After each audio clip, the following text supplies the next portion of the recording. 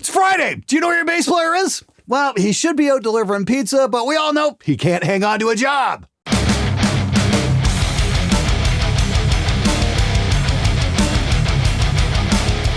Hey everybody, welcome to episode 274 of SMG Viewers Comments.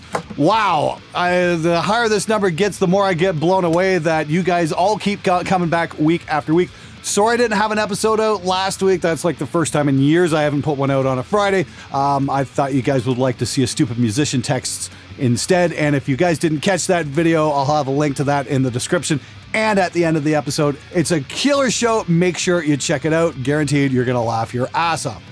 Anyway, this is my show where I try and answer your comments and questions to the best of my ability, and we're trying something a little bit new, trying to get you guys a little bit more for your entertainment non-dollar. Yes, you don't actually have to pay anything to watch the show. You just got to click the button. But I got 3 cameras here. I got one here and one here. Just thought we'd try and mix it up a little bit, maybe make it a little bit more entertaining instead of the same straight dead-on camera angle, but it's still got the same content. So let's get right to it. Does the passing of EVH justify the increase of price for the 5150 amp? People have added like $2,000 since he passed. I find this outright disrespectful. And I find the people who have done that to be total fucking scumbags. I mean, what the fuck?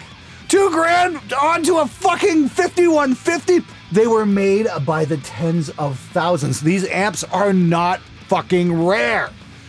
I don't fucking understand that. Greed is the motivator. For fuck's sakes, the body is still warm, and people are jacking up prices on used 5150s that are a dime a dozen. They made these in tens of thousands. And then when the Van Halen contract ran out with Peavey, they changed the nameplate to 6505. And if anybody tells you there's a difference between the 5150 and the 6505, tell them to shut the fuck up!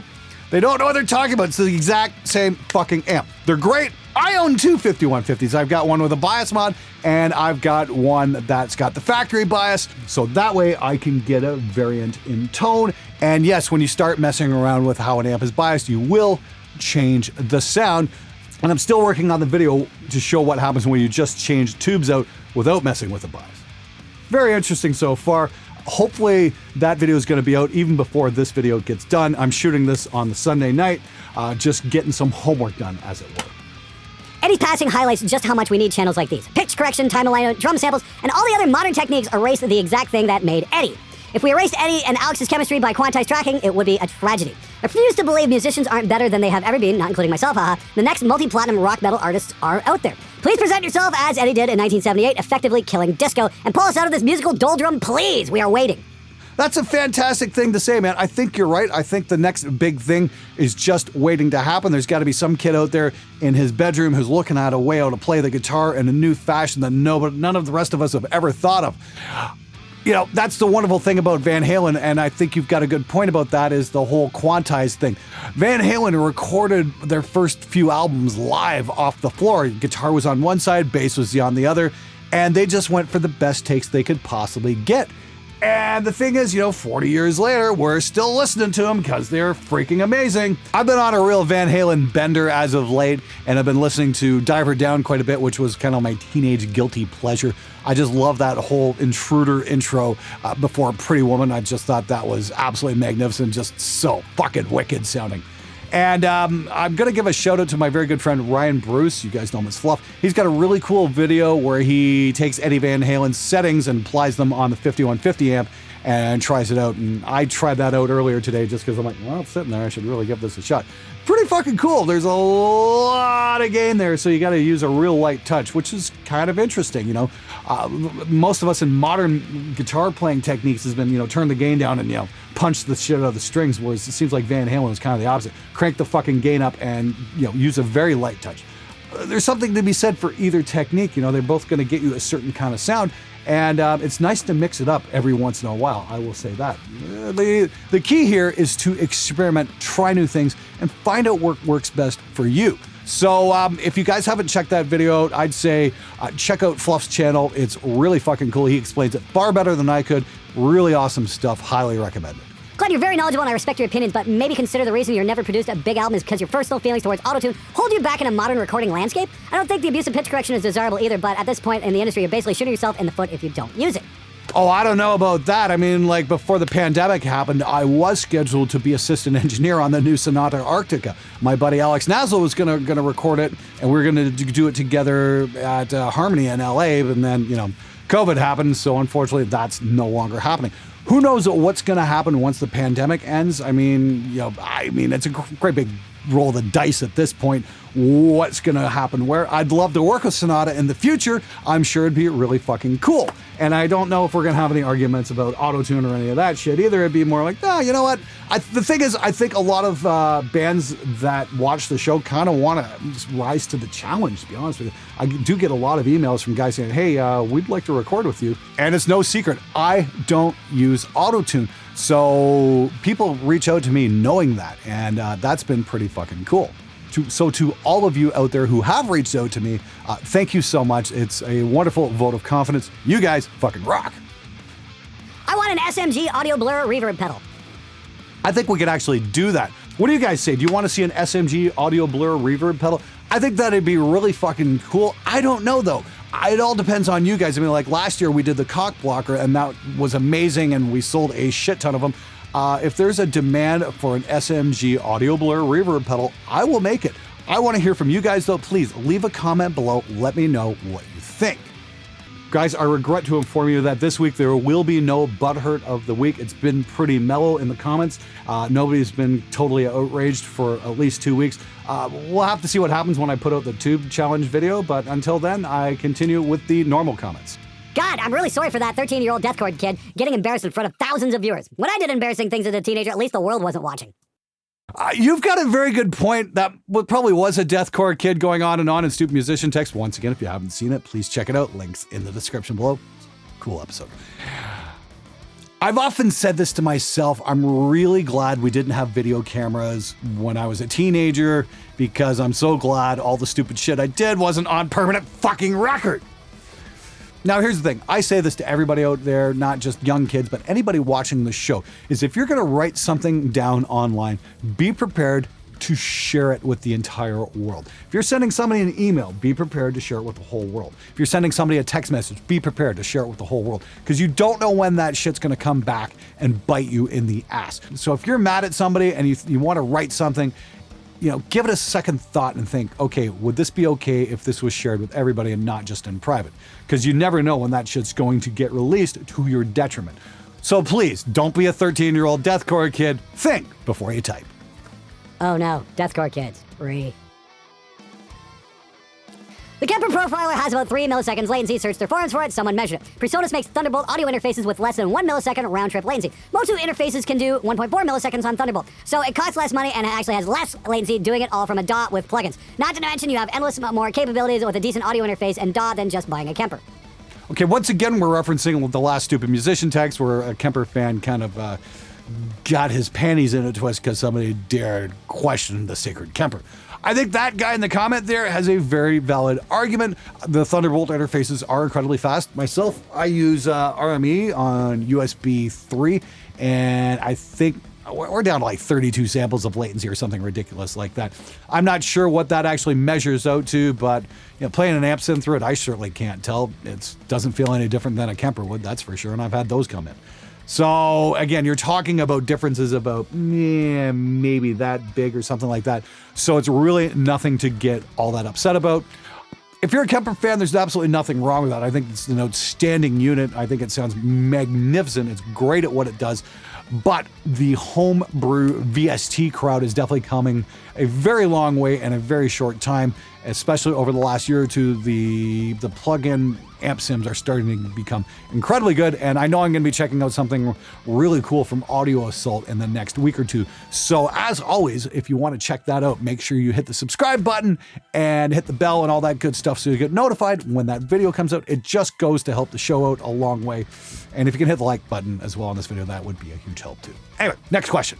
I remember when Groove Tubes first came out, I fell for the brown sound advertising and put them in my JCM 800. No difference. Well, not quite. My wallet was lighter. That is some serious truth there. Marketing is one thing, but measurable results are something different. And again, I'm working on this video. I've done some prelims. I'm not going to let the cat out of the bag in case that episode hasn't aired yet. But all I can say is it's definitely going to raise some eyebrows. Science, motherfuckers. You just can't beat it. Dear Glenn, I found this amazing way of changing the tone on an amp, and it's way cheaper than changing the tubes. Looking carefully at the front panel of the amp, I noticed these knobs labeled treble and bass. If you turn up the treble and the sound gets brighter, and if you turn up the bass, you get more low end. I hope this discovery helps change the lives of all the guitarists out there, best wishes, etc., etc. Yeah, you think the bass and treble knobs make a big difference? Try moving a microphone in front of a cabinet about 1 millimeter or 2 to the left or the right. You'll be shocked by just how much that changes the tone. Or pull it back a couple of inches. That's actual, real, quantifiable change to a guitar tone instead of just, oh, I went to this tube, I went to this tube. Unless you're changing actual tube types, like going from a 6L6 to an EL34 in the power section, or a 12AX7 to a 12AU7, something like that, I don't think you're gonna see major differences. Again, time will tell, test is coming, if it's not out already. I'm looking forward to this null test. I have a degree in electronics and I simply can't stand all the nearly religious musical mumbo jumbo about tubes, cables, fret wires, and other components. I swapped a bunch of tubes in my amps, bandmates amps, and other people's amps. And what I can say is that when you replace the old tube with insane mileage guitarists are often cheap as bass players, with the fresh one, then you will hear a difference. For a few days, listening very carefully sold tracks. I don't have golden ears, so the null test will show us where there's truth. Indeed it will. Once again, hit the subscribe button. I can't wait for this one to come out. It's been brewing for a while, and I've got a real special surprise for this episode. You guys are really gonna dig it. Hey Glenn, do you have any experience with recording acrylic drums? I've recently purchased a set and I like to record with them, but I've heard quite a lot of negative opinions about how difficult they can be in a studio setting. Any thoughts? I don't know. I don't know how difficult they'd be compared to a regular set. I mean, like, the people you're talking to, do they know how to record acoustic drums in the studio without using samples? That's the question that needs to be asked, because recording drums is an art unto itself. I've had like an acrylic snare come in. I've never had a full kit come in, but I thought it was cool. It's a little darker sounding than, say, like a wood or a metal snare, but that was about it. The thing you need to keep in mind is if you're going into a studio to record them, listen to the guy's recordings beforehand and hear what he's done. Because wood kit or acrylic kit, it really shouldn't matter to the engineers. He should be able to rise to the occasion and knock it out of the fucking park. Not sitting there going, oh, this is gonna cause me problems, because that is fucking bullshit. Didn't expect to hear in this video how the Clark Technic is in the wall of shame. I bought the KT2A and the 76KT on high praise and recommendations from Sweet One. It's just funny to me. No matter what you buy these days, it's just pure shit. I'm so thankful I spent $800 on some analog gear just to stink up my rack. Well, if I only had $14K for an original LA2A. Well, I don't shit gold nuggets, so that's out of the question. So please tell me, Glenn, what the fuck gear do you recommend for LA2A and for 1176 without having to sell your fucking kidneys? Thanks and fuck you. Well, here's the cool thing. I'm going to be shooting out a Universal Audio 1176 original versus a Warm Audio 76. My good buddy Nathan Boots, who's an engineer here in town, he's going to loan me his Warm, and Walter Riggy down the street is going to bring in his 1176. That I'm going to be able to give an honest shootout towards. When it comes to tube Opto compressors, don't worry too much about getting an LA2A. We had one at Harmony. It was like, yeah, okay. Personally, I don't see what the big fucking deal is. I prefer 1176s myself. But if you want to get an awesome tube Opto compressor, I got one back in the rack here in the 500 series. It's by Roll Music. It's their tube Opto compressor. It's just this little fucker. It sounds really good. You can get really aggressive on it, and it's got a program-dependent release. So it's very, very smooth. Super cool sounding, in my opinion. Stam's got the SA2A, which is their version of the LA2A. It's pretty cool as well. I've had one in my rack sitting there for years. It's currently on the shelf because I'm getting more racks built in here. Yet another cool, affordable piece of gear. Sorry about the Clark Technic. There's way better fucking options out there than that piece of shit, though. Most notably, the Lindell Audio 500 series passive EQ. I'm actually using it on this mic right now. So I've just kicked in the Lindell right now, and I'm just using a little bit of boost and cut at 60 hertz and maybe a little lift at 10K just to give it a little bit of that radio slickness sound. Super cool EQ. I think it's like $290.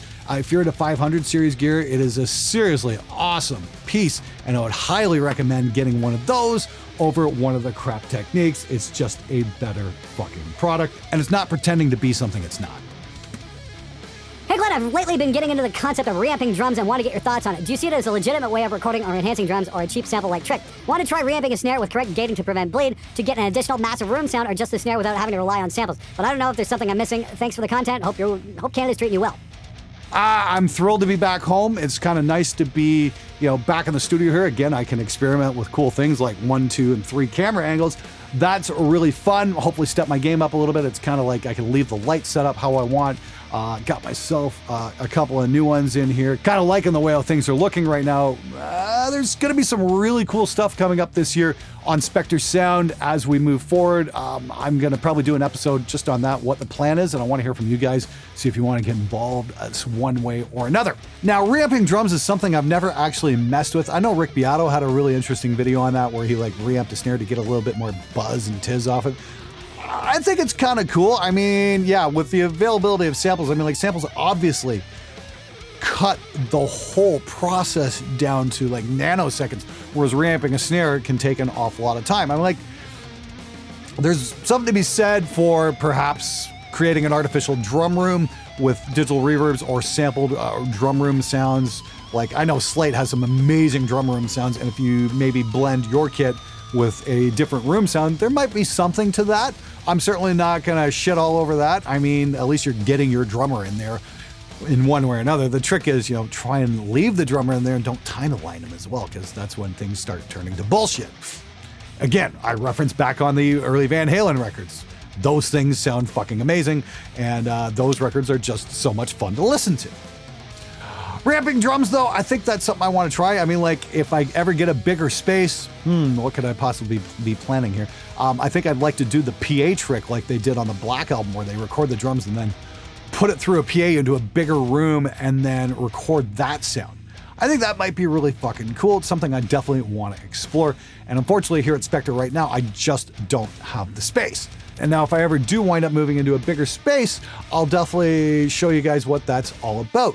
Fingers crossed, hopefully it can happen. Like I said, I'm going to do a dedicated episode on this and just kind of show you guys what my grand plan for the show is. And I want to get some feedback from you guys and see if you guys are interested in kind of following me through this. Glenn, what snare reverb are you using? I am using the PSP AudioWare 2445 reverb, and it's been on, I don't know, pretty much every single mix I've done over the last 4 or 5 months. It's just magnificent. You guys saw me do that video on the Infinity Strip there a while back, and I'm still using it quite a bit. And kind of switching between that and the Mic DSP stuff, which is also really fucking amazing. But I keep using that same PSP reverb. I just love the sound of it. It's a digital recreation of an old EMT plate reverb simulator. It's a digital copy of a digital reverb. Figure that one out. Anyway, it's just absolutely magnificent. I definitely recommend checking it out. All the PSP plugins are really great. They've been around for a while. They never quite get the press I think they deserve, but they've definitely got some really amazing stuff, especially that Infinity Strip, because you can just really do so many cool things with it. All right, everybody, that's it for this episode. Thanks very much to Raycon for sponsoring the episode. Thanks to you guys for watching, subscribing, sharing, all that good stuff. Please keep those comments and questions coming. Hopefully we'll get a Butthurt of the Week next week. Hopefully I'll have the tube demo video out so we can hear from all the outraged Butthurt guitar player, tone aficionados with golden ears who can hear major shifts in tone without actually presenting any evidence to back up those statements. Time will tell.